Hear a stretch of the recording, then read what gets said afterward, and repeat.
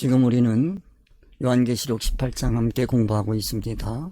세 번째 경고의 메시지 중에서 바벨론의 멸망을 슬퍼하는 땅의 왕들에 대해서 살펴봤고, 오늘은 상인들 11절에서 16절까지 살펴볼 텐데요. 우선 11절 한 절 오늘 살펴보도록 하겠습니다. 경고의 메시지 9절에서 19절 중에서 바벨론의 멸망을 슬퍼하는 왕들 9절에서 10절 지난 시간에 함께 살펴봤고, 오늘 이제 상인들에 관해서 살펴볼 것입니다. 11절에서 16절 함께 살펴보겠습니다. 계시록 18장 11절 땅의 상고들이 그를 위하여 울고 애통하는 것은 다시 그 상품을 사는 자가 없습니다. 이 부분을 우리가 네 부분으로 나누어서 생각해 보겠습니다. 요한계시록 18장 11절 네 부분으로 나누어서 생각할 텐데요. 첫째, 땅의 상고들에 관해 생각하고, 두 번째, 그를 위하여 하는 위하여에 대해서 생각해 보고, 세 번째, 울고 애통하는 것에 대해서 생각해 보고, 그 다음 네 번째, 다시 그 상품을 사는 자가 없음이라 하는 내용에 대해서 함께 생각해 보겠습니다. 여기 요한계시록 18장 11절은 큰 성 바벨론의 비참한 멸망 앞에서 슬픔과 탄식에 잠긴 땅의 상고들의 모습을 생생하게 묘사해 주고 있습니다. 이 땅의 상고들 함께 생각해 보도록 하겠습니다. 여기서 성경이 지칭하는 땅의 상고들은 단순히 세속적인 거래에 몰두하는 상인 계층만 의미하지 않습니다. 이들은 잠시 존재하다가 사라질 세상의 덧없는 이익과 가치만을 추구하며 신앙생활을 하는 모든 시대의 성도들 가운데 존재할 수 있는 영적인 상태를 상징적으로 보여줍니다. 다시 말해서 이들은 자신의 신앙생활을 하나님의 온전한 인격으로 자라가기 위함이 아니라 오롯이 지상의 가치를 실현하기 위한 거래 행위로 여기며 눈앞의 세속적인 성공을 위한 손익 계산에만 몰두하는 신앙인들의 단면을 비유하는 표현입니다. 따라서 본 말씀은 단순한 역사적 사건의 기록을 넘어서 하나님의 깊은 계시적 뜻을 담아서 우리의 신앙생활을 근본적으로 점검하며 되돌아보게 하는 강력한 메시지라고 할 수 있겠습니다. 기독교 신앙의 세계에는 확연히 다른 두 종류의 이익이 존재합니다. 자, 그러면 첫째, 땅의 상고들이 누구인지 우리가 생각해 봐야 되겠습니다. 땅 하면 세상을 나타내는데, 그 세상이 신앙의 소원 목적이 되는 그와 같은 신앙에 세속화된 타락한 신앙의 모습을 보여주는 것이고, 그 다음에 가치관은 땅의 이치로 형성되어 있다고 하는 의미를 가지고 있습니다. 그래서 땅의 상고들 하게 되면 땅이 신앙의 소원 목적이 되어 있고 가치관이 땅의 이치로 형성되어 있다는 것을 표현한다고 말씀드릴 수 있겠습니다. 그리고 상고라 그렇게 표현하면 이익을 남기기 위해서 일하는 사람들입니다. 땅의 상고들 하게 되면 교회에서 땅의 상고들은 죄를 회개하지 않고 이 세상 성공을 위해서 신앙생활을 하는 모든 기독교인을 상고라고, 땅의 상고라고 표현할 수가 있겠습니다. 그들은 성경의 표면 이치만 가지고 신앙을 정립하는 사람들이기도 합니다. 그들은 이룰 구원을 모르는 무지한 신앙의 사람들이라고 표현할 수도 있겠습니다. 그러나 참 성도는 천국의 상고들이라고 할 수 있겠습니다. 천국의 상고들은 신앙 소원 목적이 천국이고, 세상은 하나님의 온전한 인격을 이루기 위한 수단으로 살아가는 모든 이들이 바로 천국 상고들입니다. 가치관 또한 천국의 이치인 진리로 형성되어 있기도 합니다. 이건 계시의 말씀을 깨닫기 전에는 절대로 알 수 없는 그와 같은 기독교의 독특한 영역이라고 할 수 있겠습니다. 여기서 우리가 기억해야 하는 것은 계시라고 하는 것도 일반 세상 사람들이 얘기하는 계시의 의미와는 다르다 하는 것도 말씀을 드렸습니다. 성도들은 천국인 하나님의 온전한 인격을 얻기 위해서 신앙생활하는 사람들이다 라고 표현할 수 있습니다. 이렇게 기독교인들은 이익을 남기기 위해서 살아가는데 두 종류의 사람들이 있다고 생각할 수가 있겠습니다. 하나는 영원히 지속되며 결코 사라지지 않는 하늘에 속한 가치고, 다른 하나는 잠시 존재하다가 덧없이 소멸될 임시적인 세상의 이익입니다. 요한계시록 속 땅의 상고들이 그토록 비통한 슬픔에 잠긴 이유는 명백합니다. 그들이 신앙의 이름으로 의지하고 추구했던 임시적인 이익, 곧 그 모든 것을 보장해 주던 거대한 고객이었던 음녀교회로 상징되는 바벨론이 무너짐으로 인해 그들이 소유했던 신앙적인 사치품인 상품 자체가 가치를 완전히 상실했기 때문입니다. 아울러 그들이 세상적인 가치를 기반으로 왜곡된 신앙을 통해 쌓아올렸던 부와 명예, 안정성과 같은 눈에 보이는 성공들이 그 모든 것을 지탱하던 신앙적 터전인 교회가 무너짐과 함께 형체도 없이 허무하게 사라져 버린 것입니다. 그러나 성경은 우리에게 하나님께서 진정으로 바라시는 참된 상고의 모습을 선명히 보여주시는 겁니다. 참된 성도들은 이 세상에서 살아가는 동안 얻는 모든 임시적인 것들을 하늘에 속한 영원한 이익을 남기기 위한 도구로 사용해야 합니다. 성도는 자신의 삶 전체를 통해 하나님 나라의 최고 가치인 하나님의 온전한 인격을 쌓아가기도 합니다. 이러한 진정한 상고들은 세상의 모든 것이 사라지는 마지막 날에도 결코 비탄에 잠기지 않을 것입니다.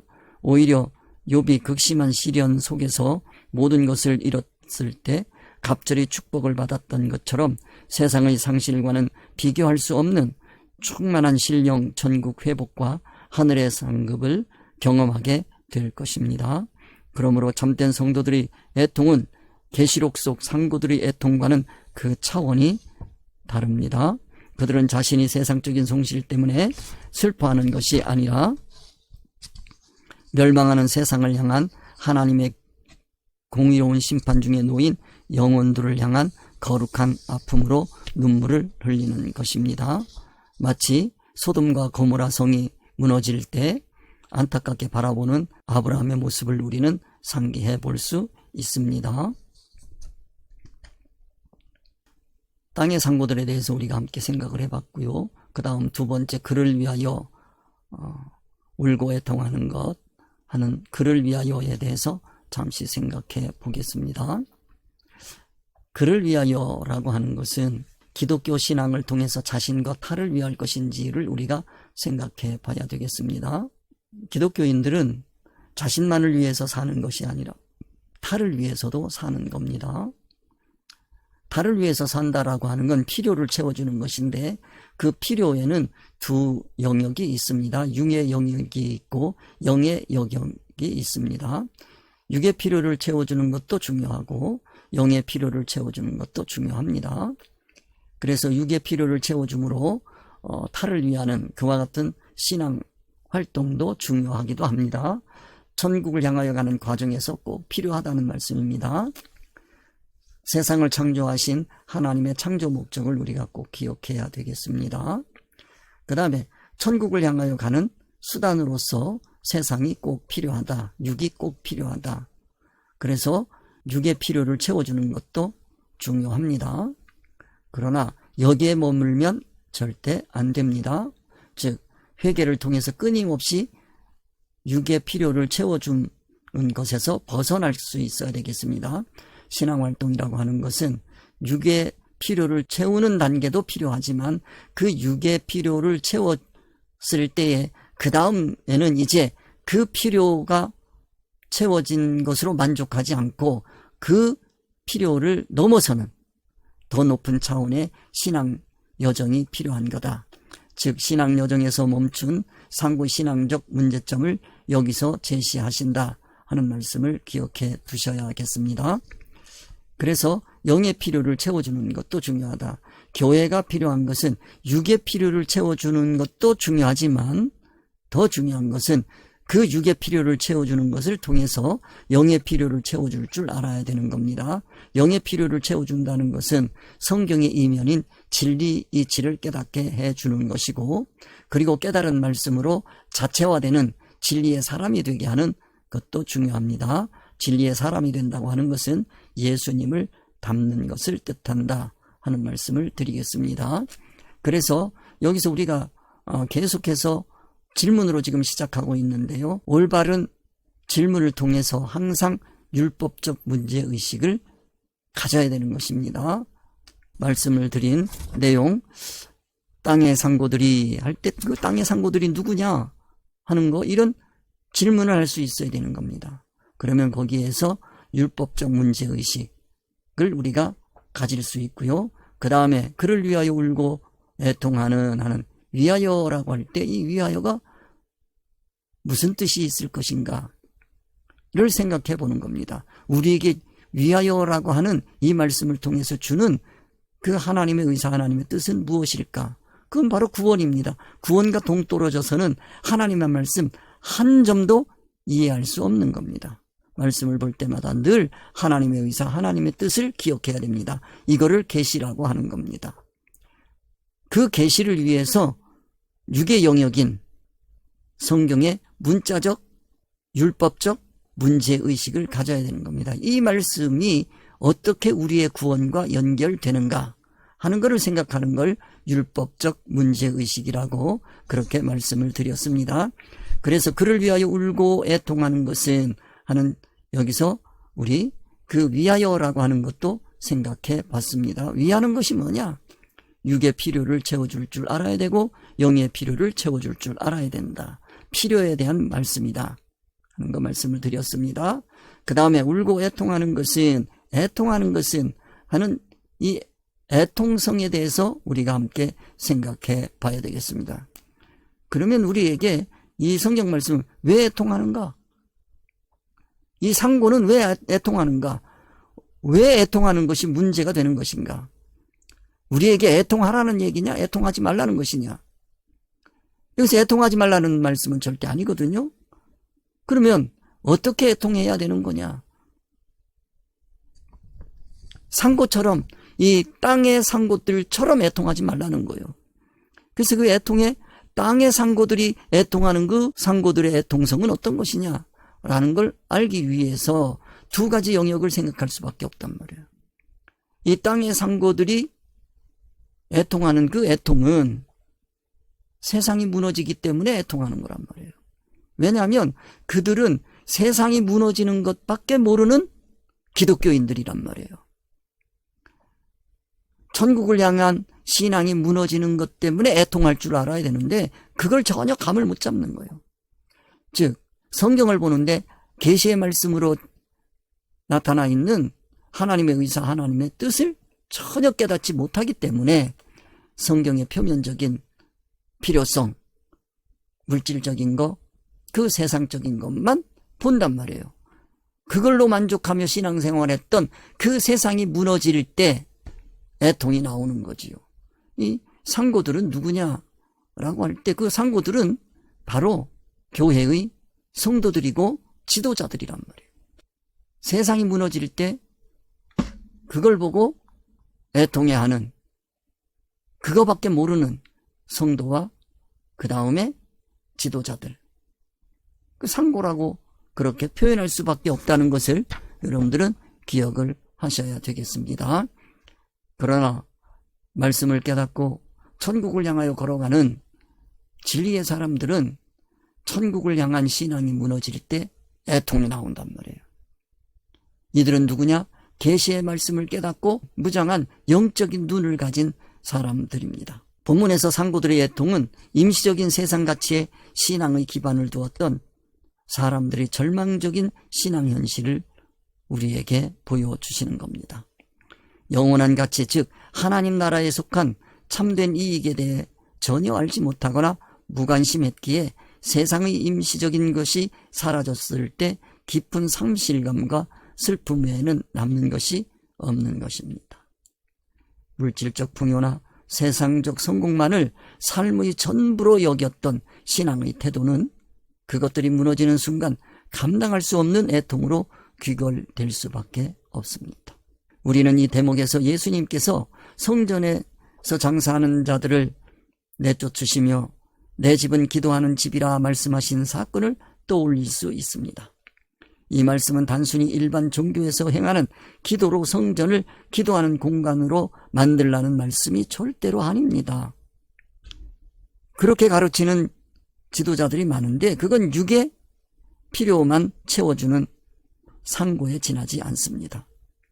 단순히 일반 종교에서 행하는 기도로 성전을 기도하는 공간으로 만들어가는 상고들의 모습에서 우리는 참 천국이 무너지는 모습을 볼 수 있어야 되겠습니다. 일반 종교에서 행하는 기도 내용으로 교회당에서 기도하라는 뜻이 절대로 아닙니다. 주님의 집인 성전에서는 주님의 뜻에 합당한 기도를 해야 합니다. 곧 기독교인의 삶은 신앙생활과 그 신앙의 본질은 임시적인 세상 목적이나 이익을 추구하여 세상을 거래하는 장이 되어서는 안 된다는 근원적인 가르침입니다. 기도하는 집이란 우리의 모든 관계와 행위 그리고 삶의 궁극적인 목적이 천국이 즉 영원하신 하나님과 그분의 나라에 연결되어야 함을 선포하는 것입니다. 만일 하나님의 뜻을 사모하는 이들이 설 자리가 없다면 그곳이 바로 주님이 거할 곳이 없는 곳입니다. 음료교회가 바로 그런 교회입니다. 주님이 내쫓으신 상고들이 득세하던 곳이라는 뜻입니다. 안타깝게도 오늘날 많은 이들이 신앙생활을 하면서도 여전히 세상적인 성공과 임시적인 이익을 삶의 우선순위에 둡니다. 눈에 보이는 조건과 세상적 가치에 따라 사람을 판단하고 관계를 맺으며 심지어 신앙의 방향까지 결정합니다. 이러한 태도는 결국 계시록에 기록된 상고들처럼 세상의 임시적인 것이 무너져 내릴 때 깊은 애통에 빠지게 되는 원인이 됩니다. 그러므로 땅의 상고들의 애통은 우리에게 중요한 영적 교훈을 주십니다. 우리의 삶의 진정한 목적이 무엇인지, 우리가 진정으로 추구하고 쌓아 올려야 할 이익이 무엇인지 깊이 성찰하게 합니다. 잠시 있다 사라질 세상 가치에만 우리의 시간과 에너지를 쏟을 것이 아니라 영원한 하나님 나라의 가치를 붙들고 살아갈 때 비로소 흔들리지 않는 참된 신앙의 의미와 평안을 누릴 수 있음을 깨닫게 됩니다. 본문 말씀을 통해서 애통의 근원과 이유를 바로 알고 우리의 시선을 영원한 곳에 고정하는 것이야말로 세상의 변화 속에서도 변함없는 소망을 가지고 살아갈 수 있는 참된 신앙의 길입니다. 우리가 오늘 이 상고들이 울고 애통하는 그 애통성에 대해서 깊이 성찰함으로 우리의 신앙이 천국을 향하여 걸어가는 신앙에서 하나님께서 기뻐하시는 애통이 나올 수 있게 되기를 바랍니다. 그 애통이 바로 내가 천국을 향하여 걸어가며 방해되는 것이 나타났을 때 천국이 무너지는 모습을 보며 애통하는 회개의 기도가 될 수 있습니다. 또 다른 사람이 천국을 향하여 걸어가는 그 길이 무너지고 있을 때 그를 위하여 애통할 때 그것은 중보 기도가 되는 것입니다.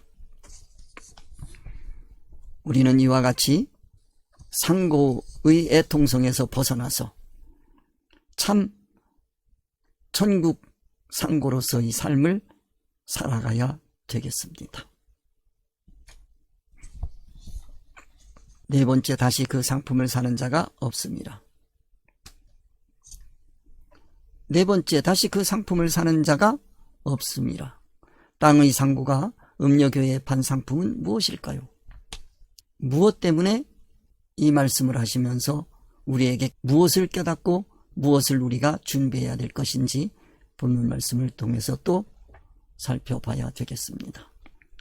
지금 여러분들에게 말씀드리는 것은 율법적 문제의식에 대해서 생각해 볼 수 있는, 생각하는 그리스도인의 길을 우리가 열어가는 것입니다.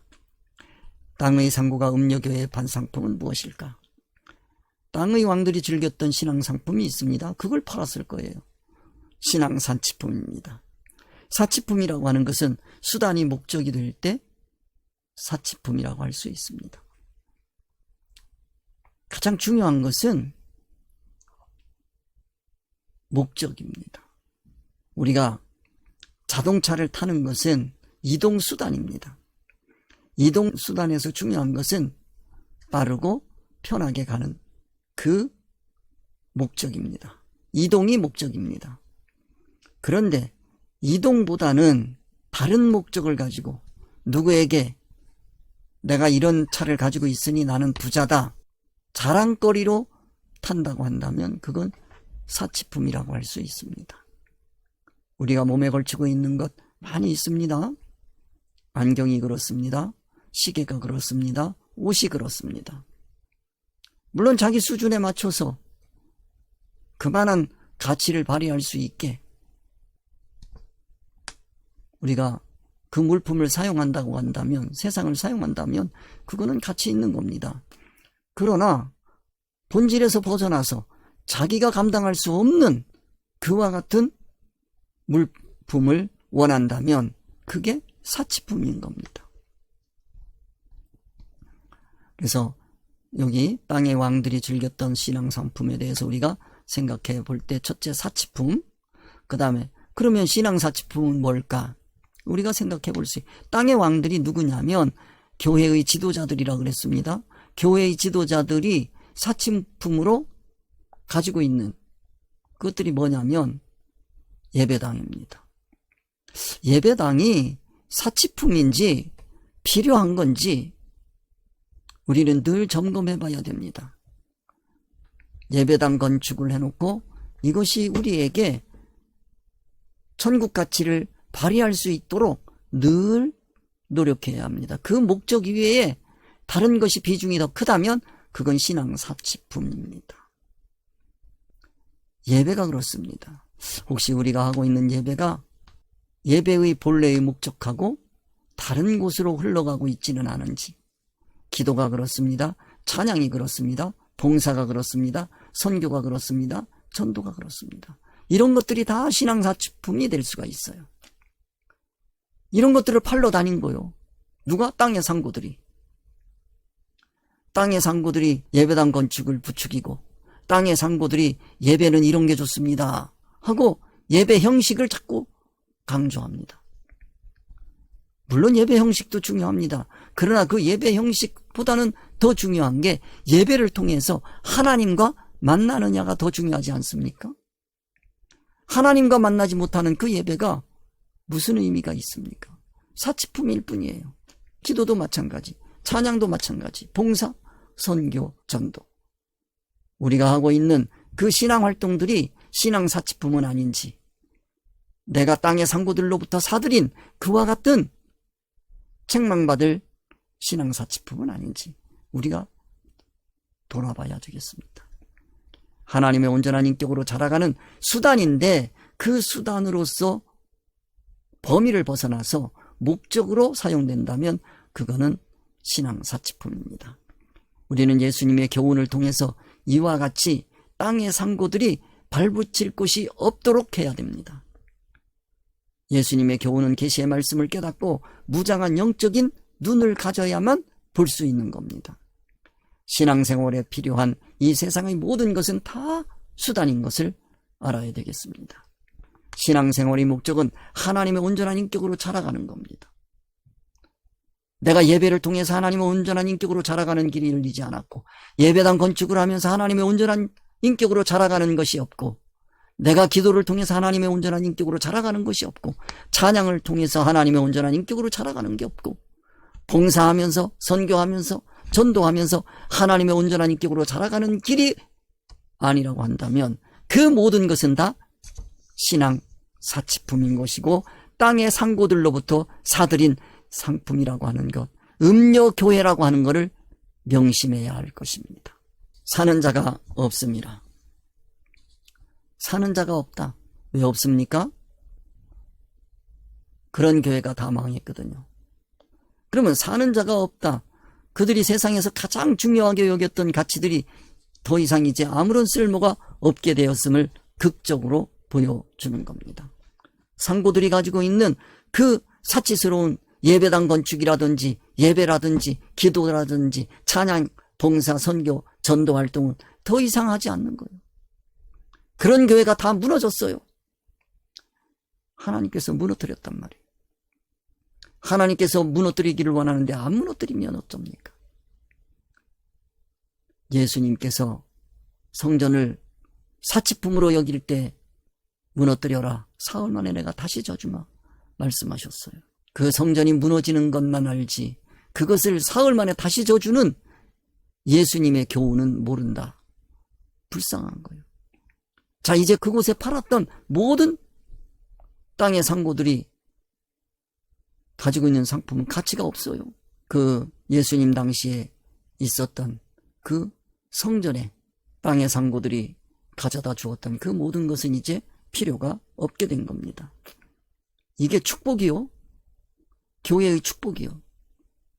우리는 사는 자가 없음이라 라고 할 때 그냥 없어진 것만 생각하지 말고 교회의 신앙 수준이 올라갔음을 상징한다 라고 하는 것도 생각해 두시기 바랍니다. 그렇기 때문에 이 말씀은 축복의 말씀이에요. 이걸 없애라는 거예요. 요한계시록에서는. 이제는 상고가 상품을 개발할 때입니다. 그러면 상고는 어떻게 해야 됩니까? 그 수준에 맞게 올라가서 예수님께서 지어주시는 그 성전을 지을 수 있도록 개발해야 되는 거예요. 교회당을 그렇게 개발하고 그 다음에 예배가 하나님의 온전한 인격으로 자라가서 하나님을 만날 수 있도록 개발해주고, 기도가 하나님을 만나는 기도여야 하고, 찬양이 하나님을 만나는 기도이어야 하고, 봉사, 선교, 전도가 하나님을 만나는 신앙활동이어야 한단 말이에요. 그것을 개발해야 되는 거예요. 새로운 수준에 맞는 그 상품을 그리워하고 있습니다.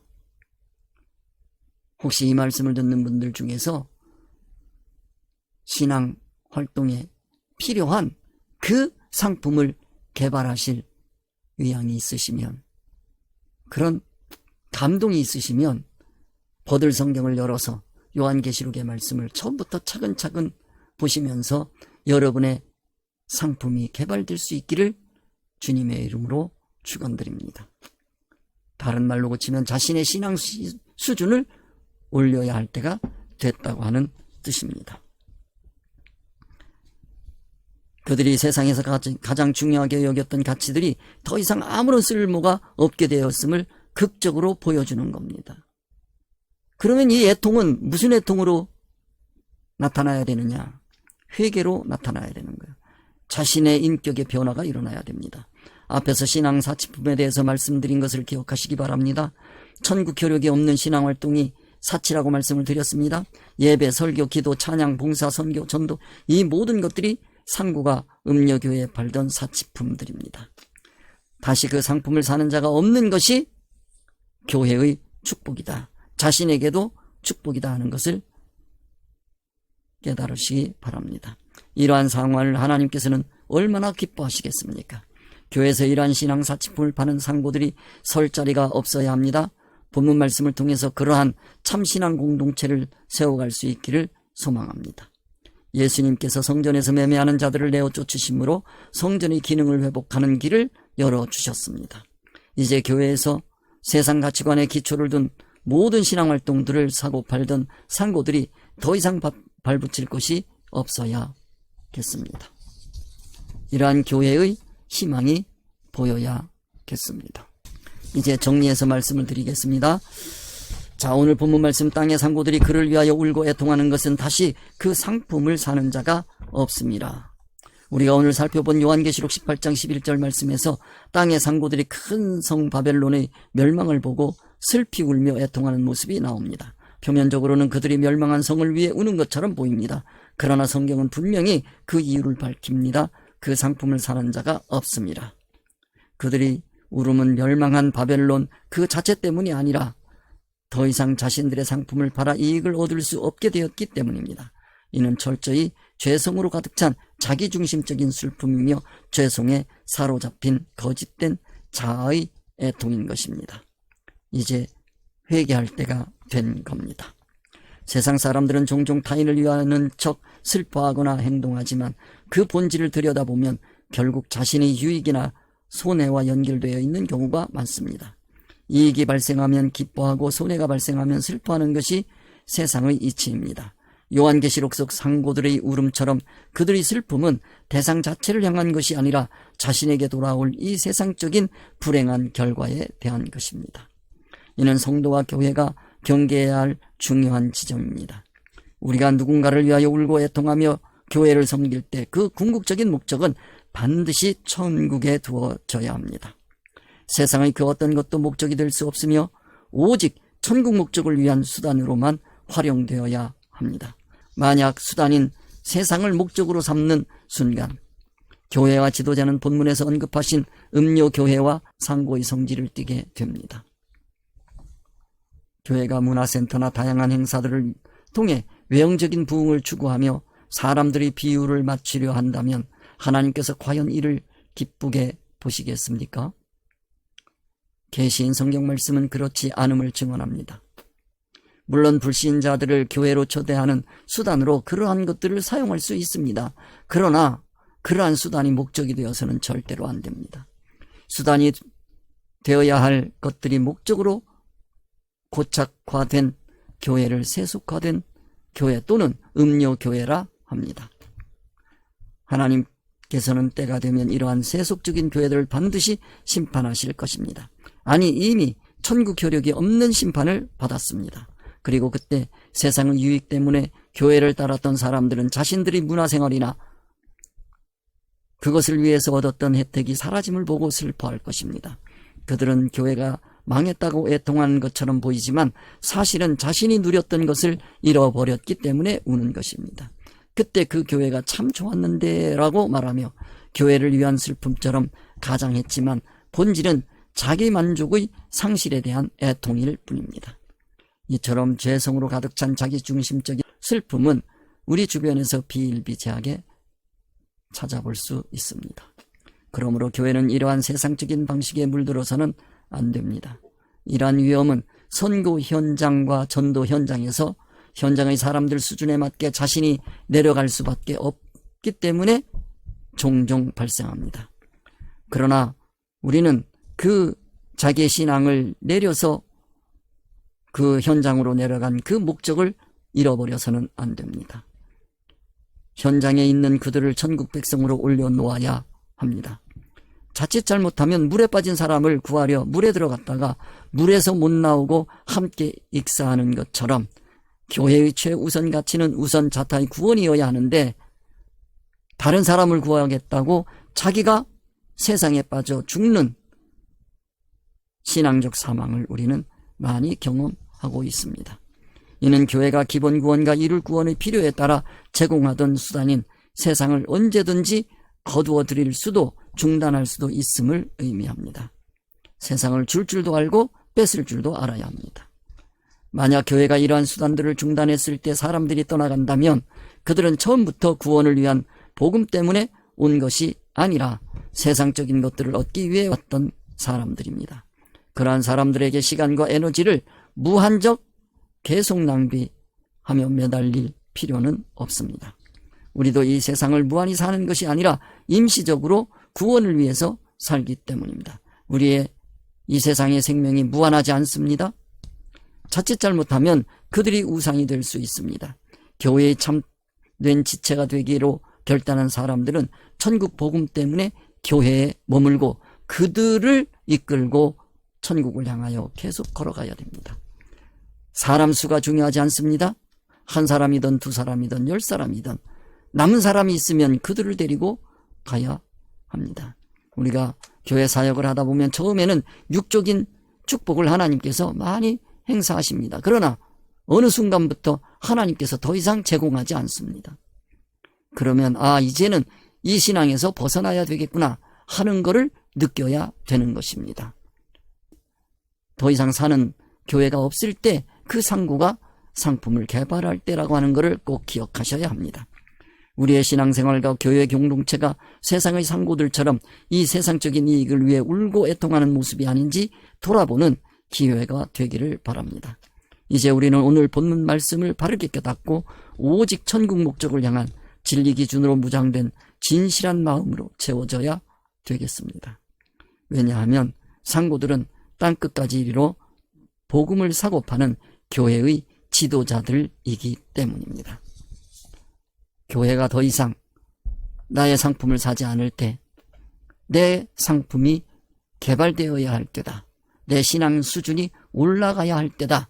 라고 하는 것을 깨닫고 복된 지도자들이 다 되시기를 주님의 이름으로 축원드립니다. 교회와 지도자의 희망이 오늘 이 시간을 통해서 보였으면 좋겠습니다.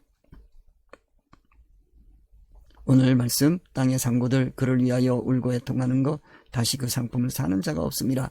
요한계시록 18장 11절 여기까지 마치겠습니다. 수고하셨습니다. 우리 주님 가르쳐 주신 기도하며 마치겠습니다. 하늘에 계신 우리 아버지여 이름이 거룩히 여김을 받으시오며 나라의 임하옵심이 뜻이 하늘에서 이루어진 것 같이 땅에서도 이루어지이다.